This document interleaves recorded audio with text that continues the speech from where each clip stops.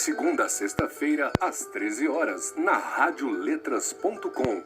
Escute o programa Mosaico, contos, crônicas, poesias, músicas e muito mais. Apresentação Raul Larossa. Radioletras.com, a rádio da Academia de Letras do Brasil, seção DF, valorizando sempre a literatura e seus autores. Bem-vindos, amigos, a Mosaico, o programa de radioletras.com, nesta quinta-feira, 18 de junho de 2020. Começamos nosso desfile pelo gênero literário com uma crônica de Roberto Clootz. Paris. Crônica de Roberto Clootz. Minha tarefa diária de apontar todos os lápis é das mais importantes. Apesar do moderno apontador, faço questão de mostrar a arte, esculpindo as pontas com meu canivete vermelho. Os lápis têm a majestosa função de escrever petições, redigir ofícios, anotar depoimentos, rascunhar despachos e limpar orelhas. Minha segunda tarefa é colocar o jornal sobre a escrivaninha do chefe. Os jornais devem chegar donzelos, intactos. Responsável que sou, sempre chego antes do chefe, pelo menos umas 2 ou 3 horas, para dar conta dos meus árduos e rotineiros deveres. Nesta quarta-feira, li, pelo menos, a manchete do jornal. E mais um pouquinho. Estava tão cedo. Política, internacional, esportes, cultura.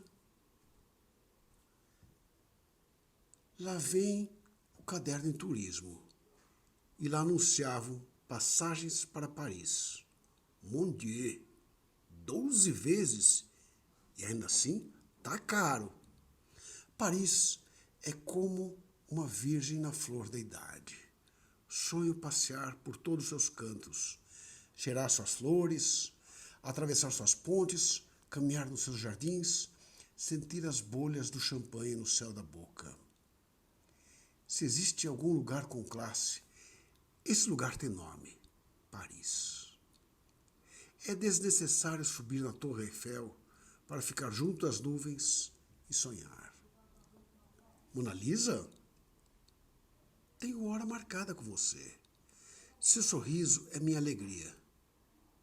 Saímos juntos para um café na calçada, coberto com as folhas douradas. Crepe Suzette, baguete Lafayette, cotonete. Ah, o som magnífico, som. Camembert, trottoir, voilà, petit pois, croissant, chantilly, rendezvous. Mais um pouco de açúcar, Mona. Na mesa vizinha, Voltaire, Sartre, um cavalo branco e Bonaparte. À direita, Jacques Cousteau, Debussy, Astérique e Brigitte Bardot. Bonsoir! Sai de braços dados. Todos me cumprimentam. Não é por mim, é por minha encantadora companhia que seduz com olhar emblemático e sorriso enigmático. Ela ajeita o véu, empunha a sombrinha e entramos na charrete. Sem nenhuma palavra, margeamos o Sena. O chofer aumenta a música do rádio, La Vie en Rose. A música seguinte, ela olha para mim e canta em dueto com Piaf, Ne me quitte pas. Não me deixes. Não me deixes. Nesse exato momento, os sinos da Catedral de Notre-Dame badalam 10 vezes. O chefe entrou na sala. Bonjour! Digo amistosamente. Que droga, Afonso Silva! Quantas vezes preciso dizer que odeio quando mexem ou dormem no meu jornal? Obrigado, Clootz, e agora vamos a um conto de Astroshildo Miyagi.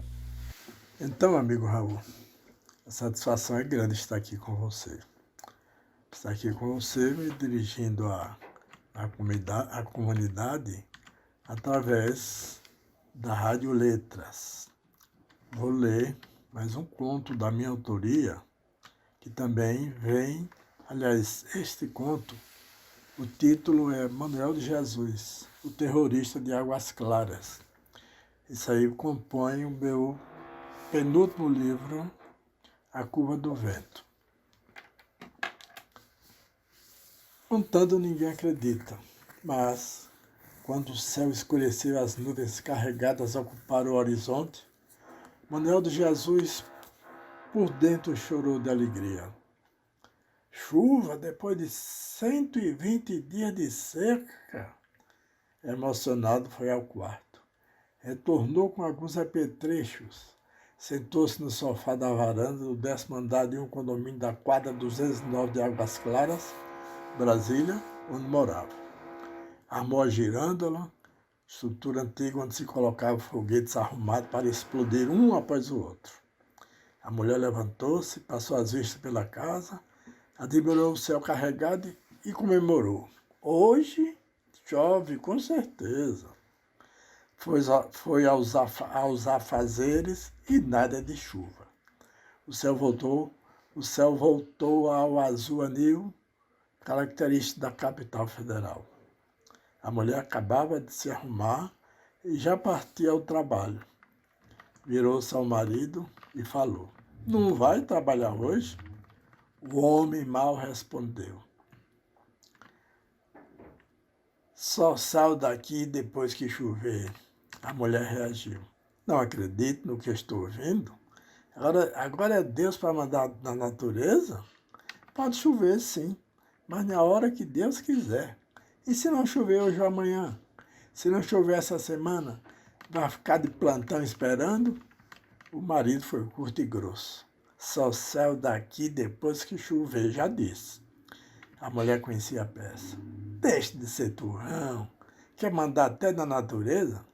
Aqui em casa já me acostumei, a primeira e última palavra é a sua. Mas querer falar mais alto que Deus? Cuidado com o castigo." Sem se despedir, a mulher entrou no elevador e partiu ao trabalho. A impressão foi que a zanga fizera efeito. O azulão do céu cedeu à escuridão das nuvens. O azulão do céu cedeu à escuridão das nuvens de trovoadas. Correu uma friagem. Manuel Jesus reagiu: "Agora ou nunca." Foi à cozinha, preparou os apetrechos. Com pouco, o céu começou a chorar água. Alegria contagiante para Manuel de Jesus. Cabeça fora da varanda, gritou: "Acabou a seca!" Agradecendo a dádiva da natureza, armou os foguetes na girândola e disparou. O pipocar dos foguetes rompeu o silêncio. Assustados, os moradores desceram pelas escadas até o playground. "É algum maluco soltando foguete? Chama a polícia!" Logo a polícia cercou o prédio e resolveu invadir o bunker do piromaníaco, que, descobrira-se, ficar no 10º andar. Pelas escadas de incêndio chegaram ao local. Derrubaram a porta e mostrou-se a figura raquítica de Manuel de Jesus vestindo um pijama listrado. "Levante as mãos! Se reagir, morre!" Antes que respondesse, Manuel de Jesus já descia, algemado e vendado com a máscara de tecido preto. Todos queriam saber que era o terrorista. O comandante da operação não permitiu.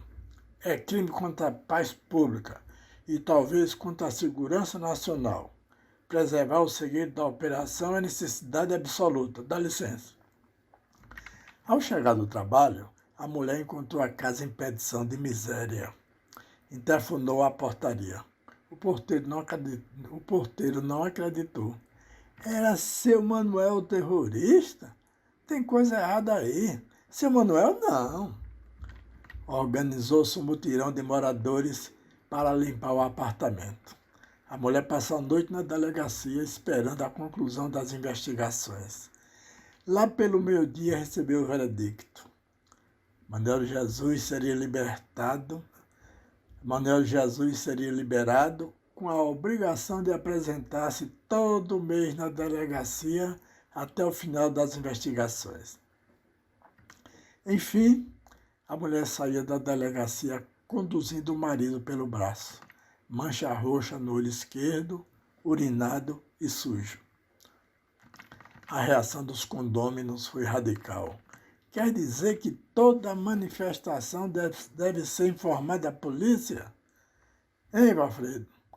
Valfredo, porteiro, falou e foi saindo de fininho. Com esse presidente e com esses deputados, quem tem moral para exigir nada? O país está mal. Nada mais disse nem lhe foi perguntado. Obrigado, Astrogildo, e agora vamos a uma breve crônica. Vamos a conhecer um pouco mais quem foi Manuel Bandeira, na voz de André Purin. Quem foi Manuel Bandeira? Manuel Carneiro de Souza Bandeira Filho. Nasceu no dia 19 de abril de 1886, na rua Joaquim Nabuco, em Recife. Filho de Manuel Carneiro de Souza Bandeira e Francelina Ribeiro de Souza Bandeira.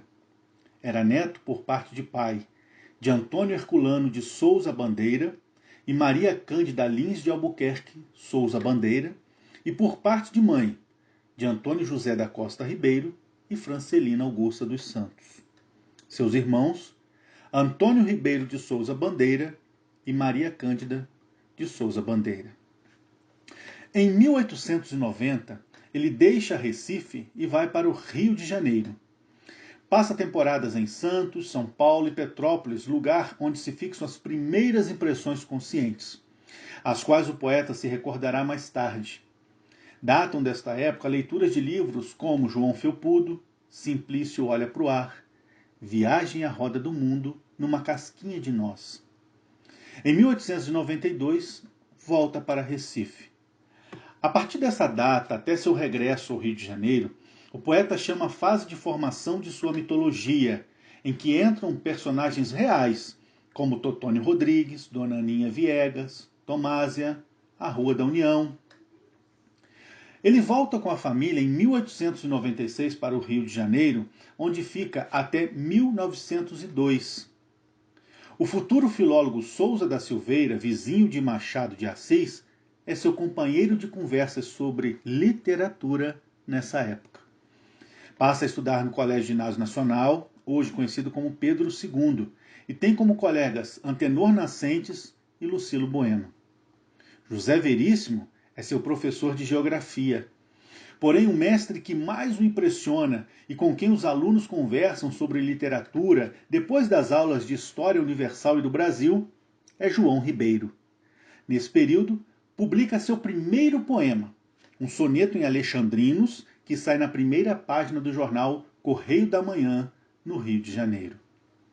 Em 1903, vai para São Paulo e se matricula na Escola Politécnica. Preparava-se para ser engenheiro arquiteto. Porém, em 1904, ele fica tuberculoso e abandona os estudos.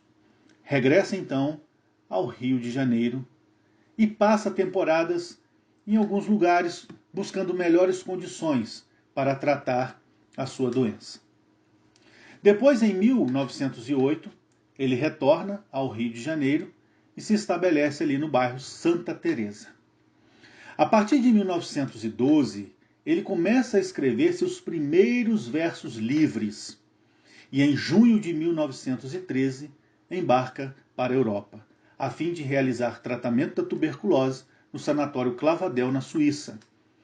Lá ele permanece até o início da Primeira Guerra Mundial, em 1914. De volta ao Rio de Janeiro, vai residir na então Rua Nossa Senhora de Copacabana e depois na Rua Goulart, no Leme. O próximo período vai marcar profundamente a vida de Manuel Bandeira. E nós estamos falando aqui do período compreendido entre 1916 e 1922. Isso porque, em 1917, ele publica o seu primeiro livro, que é A Cinza das Horas, e em 1919, Carnaval. Mas, em 1916, Manuel Bandeira perde sua mãe. E a partir desta data, e em períodos de 2 em 2 anos, ele perde toda a sua família. Em 18, perde a irmã. Em 20, morre seu pai. E em 22, falece seu irmão. Ele não quis participar da Semana de Arte Moderna que acontecia em São Paulo neste ano. Porém, o seu poema Os Sapos entra de vez para o hall da fama na literatura brasileira ao ser escolhido por Ronald de Carvalho para ser declamado lá no Teatro Municipal. Por aqui nós estávamos completando o centenário da independência. E entre os dias 15 e 19 de fevereiro, essa série de artistas e intelectuais se reuniram para discutir o passado, o presente e os rumos da arte brasileira. Já em 1924, Manuel Bandeira vai publicar o seu próximo livro, O Ritmo Dissoluto, que estará reunido numa publicação que ele deu o nome de Poesias, pois tinha A Cinza das Horas, Carnaval e o próprio Ritmo Dissoluto. Já em 1930 vem a lume Libertinagem, e ele começa então a escrever regularmente crônicas para o jornal pernambucano A Província. Em 33, ele muda-se da Rua do Curvelo para a Rua Moraes e Vale, na Lapa, e em 35 é nomeado inspetor de ensino secundário por Gustavo Capanema. Em 1936, ele foi homenageado pelo seu cinquentenário. Os amigos então publicam o livro Homenagem a Manuel Bandeira, com poemas, estudos e depoimentos de vários dos principais escritores brasileiros. Ele também publica Estrela da Manhã e Crônicas da Província do Brasil. Em 1937, ele vai publicar Poesias Escolhidas e a Antologia dos Poetas Brasileiros da Fase Romântica. E pela primeira vez, o poeta tem lucro material com a poesia, ao ser premiado pela Sociedade Filipe de Oliveira. Ele escreve mais tarde: parece incrível, mas é verdade. Aos 51 anos, nunca eu vira até aquela data tanto dinheiro em minha mão. Em 1938, é nomeado por Gustavo Capanema professor de literatura do Colégio Pedro II e é membro do Conselho Consultivo do Departamento do Patrimônio Histórico e Artístico Nacional. Ele publica também Guia de Ouro Preto e a Antologia dos Poetas Brasileiros da Fase Parnasiana. Em 1940, com o falecimento de Luiz Guimarães Filho, ele recebe a visita de Ribeiro Couto, Múcio Leão e Cassiano Ricardo, que o convencem a candidatar-se à vaga na Academia Brasileira de Letras. Foi eleito neste mesmo ano e recebido por Ribeiro Couto. Tomou posse da cadeira de número 24 em 30 de novembro.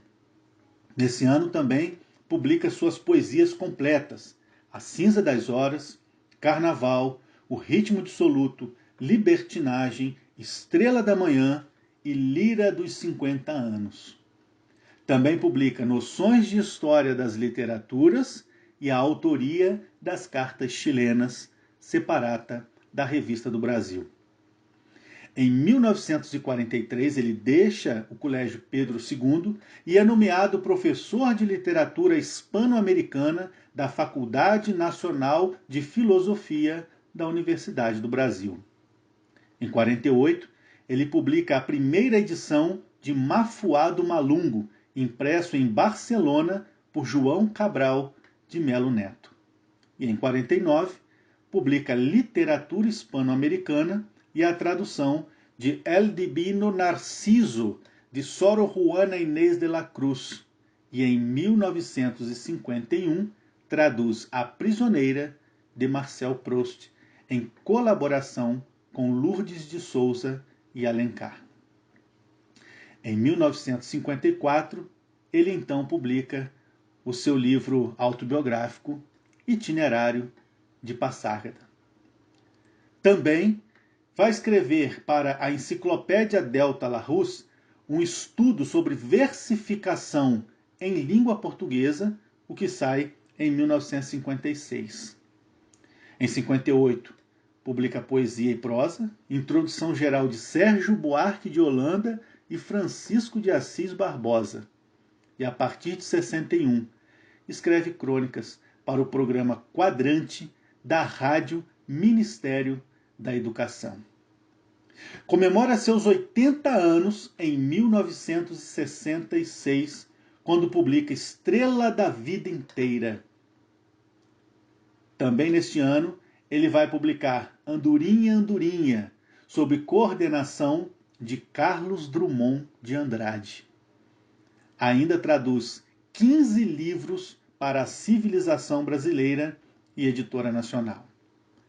E no dia 13 de outubro de 1968, falece, no Rio de Janeiro, aos 82 anos de idade, com hemorragia gástrica, no Hospital Samaritano em Botafogo, na presença da sobrinha Helena Bandeira Cardoso, o nosso bardo.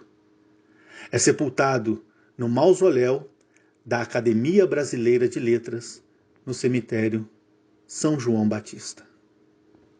Bem, amigos, e chega ao final outro mosaico. Radio Letras lembra você que todos os dias, 13 horas, você pode acompanhar nossos programas de segunda a sexta, Mosaico, com quem vos fala. Sábados com História, com Verônica Vicente e Gassi Simas, o programa para os pequenos e para as mães também. Domingo chega André Pulling com seu Literato, um programa temático que homenageia cada domingo um escritor. Você pode escrever para nós, radioletras2020@gmail.com. E agora, fechando o programa de hoje, um encerramento musical. Canta Célia Porto, Secretos Cegos, a música do maestro Renio Quinta. Até amanhã.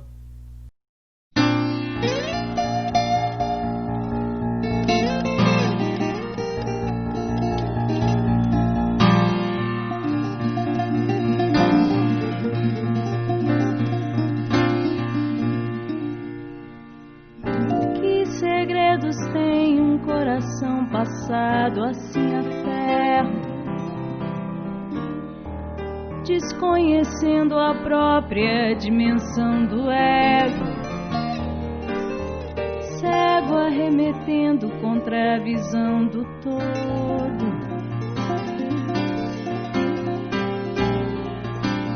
Que segredos tem o coração de um cego que bate e rebate sua viola contra minha pequenez que cresce, ouvindo seu som de luz que enriquece, que não nasce da explosão dos tiros que emudecem os olhos, bocas, portas, ruas de nossas